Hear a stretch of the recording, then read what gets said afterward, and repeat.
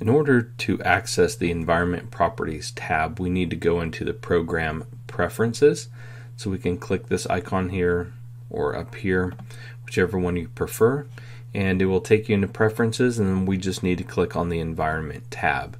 And from here, there's a number of things you can do. You can change the units of measure. Right now you can see inches is selected, so that every time I open the software, this ruler is going to be in inches because inches is selected here. If I chose metric, it would open up in millimeters.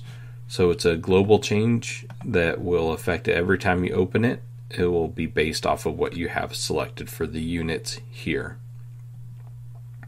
You have the ability to auto-save designs as you're working on them. I believe the default is every 5 minutes.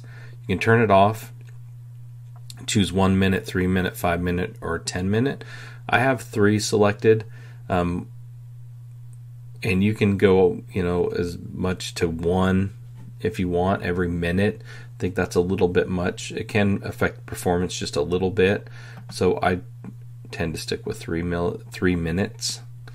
And the image editing program, you have the ability to select which program you want to use to edit images. And this comes into play when you're working with things like wizards, where they have the ability to make a change or edit the image that it's working with. I recommend this. You can choose whatever editing program you have.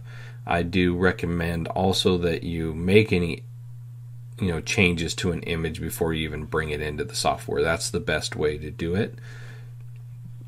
You can choose a different language if you speak a different language or read a different language. You have options here that you can change it to. English is the default. Show warning for large satins. If that's checked, it should show you a warning if you create a satin that's too wide. This doesn't really apply anymore because the software automatically will split satins for you, and so that you don't make them too wide. Show navigator on startup. If you check this, the little navigator will open along with the software. And to show you what the navigator is, I'll close this. And we just need to go to View and go to Navigator. And what this does is, if you have a design open, you'll be able to navigate, use this, especially if you're zoomed in. So if I bring this design in here, you'll notice it shows me a preview here. If I'm zoomed way in, I can come to this navigator and I can drag this around to access different parts of the design. And you do have the ability to do things like dock this. You can see as I move it, it gives me the option that I can actually place it somewhere in the software if I want. And so if you check that box, it will automatically load with when you open the software. So if that's something you like to use, that would be a good thing to do. I'll go ahead and close that and go back into Program Preferences here, the Environment tab. You also have the ability to automatically select created paths. So what that means is if I click on this, it's going to automatically select anything that I create the moment that it generates it. So if I go and hit OK here, if I come in here and I grab a running stitch and I just create a run stitch, when I'm done and I right mouse click to generate it, it'll automatically select it. So now it's automatically selected and I can do whatever I want with it. I can go in the properties, make changes. Now the one thing that I will say is it's not something that I turn on, because I usually am digitizing something. I'm going from one object to another, and sometimes I'll do another run stitch. I would have to go back and select that tool again, or a different tool each time I generate stitches. So just to show you again, if I create anything in here, right click, it's going to select it and it's turning that tool off. If I come back into the preferences here and go to the Environment tab and I uncheck this and hit OK, if I come in here to create a running stitch and I right click, I'm still in that tool. It doesn't automatically select it. so I can just keep going and I don't have to go back up and select that tool each time. So I just want to point that out. That's how that feature works. So go to the Environment tab. Show drop-down menus on hover. This is something that you can do as well. So if I select this and I hit OK, if I go over an area that has tools inside of it, the icon, it will automatically fly down. I don't have to click on the button. So as I just kind of scroll through here, when I get to one that has that, it'll just drop down. So I don't have to click on it to get it to do that.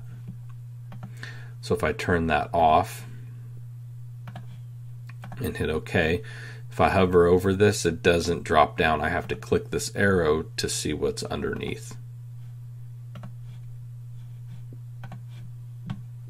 The next thing you have here is auto scrolling, and auto scrolling will, if you're working on a design, you get close to the edge, it will automatically kind of scroll over for you so that you don't have to click on the arrows or anything like that. So if I select this and hit OK, I'm going to zoom in a little bit, but I'm in the Run Stitch tool here, and if I just click, when I get close to this edge, it should just auto scroll for me. And it could be my recording software is not allowing it to do that.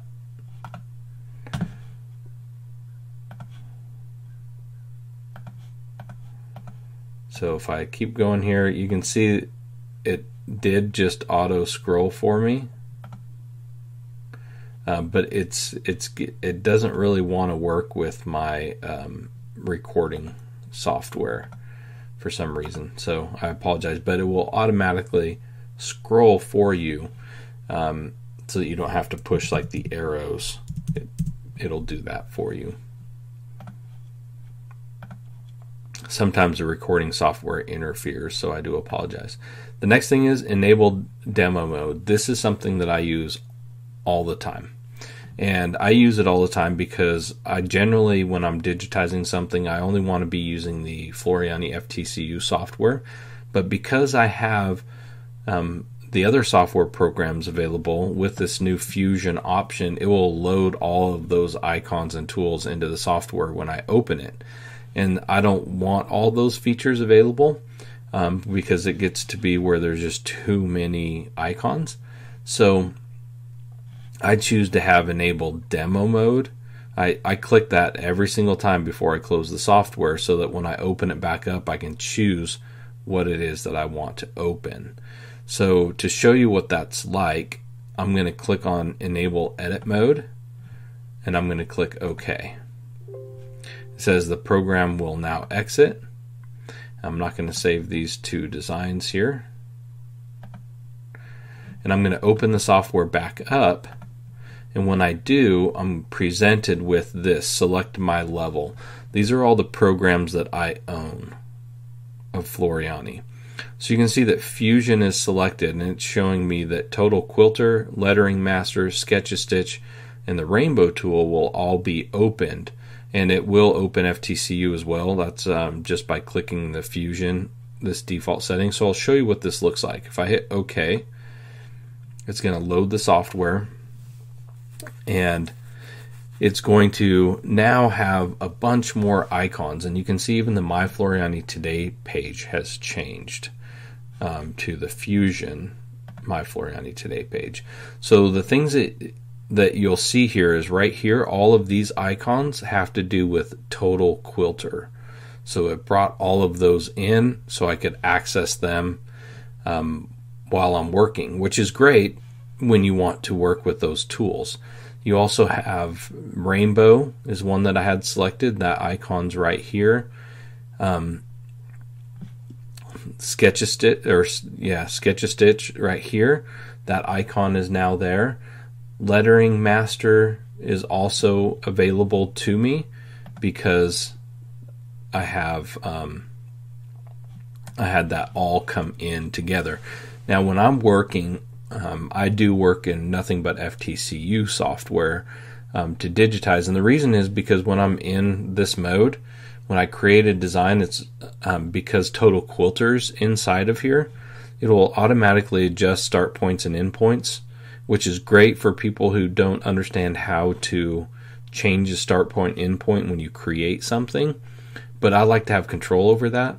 So when I turn off the Total Quilter part, it works the way that I'm used to, and it won't automatically change all those start and end points for me. So let me go back into program preferences and just keep an eye on how things change. You can see that even down here there are different options, but you'll notice too that I don't have all of the icons down here, and they should all be down here. And so this must be something that they're working on, because you're missing a lot of those FTCU auto convert tools.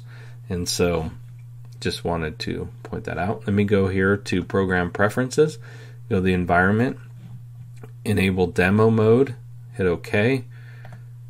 And again, it's going to close the computer. I do this, like I said, every time I close the software.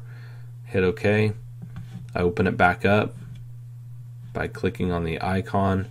And from here, I choose this FTCU, and I uncheck all of these.